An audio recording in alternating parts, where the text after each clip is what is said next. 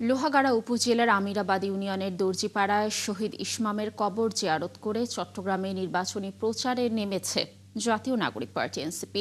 সকাল 10:30টায় এই কর্মসূচিতে অংশ নেন কেন্দ্রীয় নেতারা।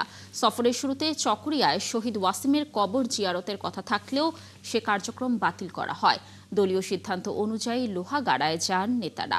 এ সময় দলের আহ্বায়ক নাহিদ ইসলাম, মুখপাত্র আসিফ মাহমুদ সজীব ভুইয়া এবং যুগ্ম সদস্য ও সচিব মনিরা শারমিন ছাড়াও অনেকে উপস্থিত ছিলেন। আজ সারাদিন চট্টগ্রামের বিভিন্ন স্থানে পদযাত্রা ও জনসভায় অংশ নেবেন কেন্দ্রীয় নেতারা। চট্টগ্রামের কর্মসূচি শেষে সন্ধ্যায় লক্ষ্মীপুরে রয়েছে দলের জনসভা। রাতে নোয়াখালীর হাতিয়ার উদ্দেশ্যে রওনা দেবেন তিনি। দর্শক, যেমনটি বলছিলাম যে চট্টগ্রামে নির্বাচনী প্রচারে নেমেছে জাতীয় নাগরিক পার্টি এনসিপি। এনসিপির এই নির্বাচনী প্রচারণার সাথে রয়েছেন আমাদের সহকর্মী রাশেদ আনিস। আমরা যুক্ত হচ্ছি রাশেদের সাথে।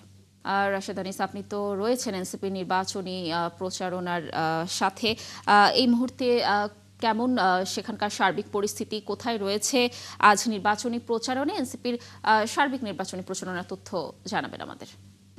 লাবণী, আমি কিন্তু এখন আছি হচ্ছে পটিয়াতে, যাওয়া হচ্ছে বোয়ালমারি, সেখানে আসলে পথসভা অনুষ্ঠিত হবে।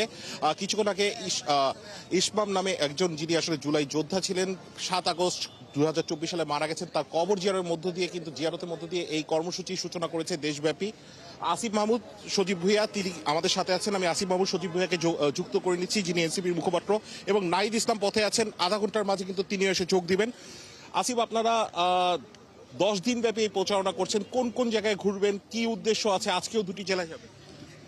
আমরা আজকে আমাদের গণঅভ্যুত্থানের একজন শহীদের কবর জিয়ারতের মধ্য দিয়ে শুরু করলাম। আমরা আজকে আমাদের চট্টগ্রাম 8 আসনে শাপলাকলির প্রার্থী জোবাইরুল আরিফ ভাই আছেন, ওনার চট্টগ্রাম 8 আসনে পথসভার মধ্য দিয়ে প্রথম পাবলিক এঙ্গেজমেন্টের মধ্য দিয়ে শুরু করছি।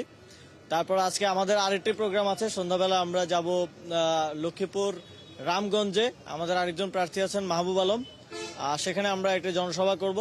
এবং আজকে এই 2টি কর্মসূচি ছাড়াও আমরা বিভিন্ন স্থানে বিভিন্ন অঞ্চলভিত্তিক বাজারে গণভোটের জনসংযোগ করবেন। একটু ছোট করে যদি বলেন, এই আয়োজনটা, এই 10 দিন ব্যাপী উদ্দেশ্যটা কি?